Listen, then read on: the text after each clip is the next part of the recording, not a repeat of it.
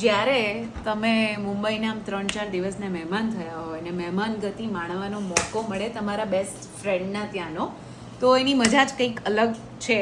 એકદમ કેમેરો આટલો નજીક ના લે, સેટ પાછળ રાખ.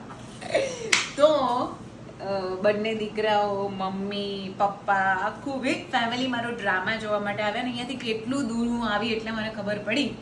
પણ એના છોકરાઓને પણ થેન્ક યુ સો મચ બેટા, કે આટલું બધું ટ્રાવેલ કરીને ભૂખ્યા બિચારા.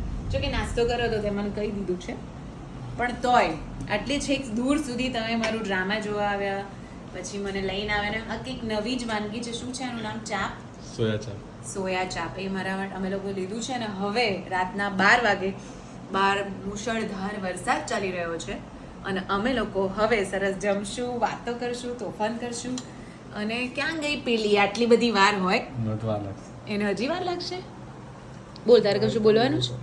તારે કશું બોલવાનું છે આનંદિયા? હાય દીપલી, વેલકમ ટુ મુંબઈ. બહુ સરસ બોલતા આવડે છે. Thank you.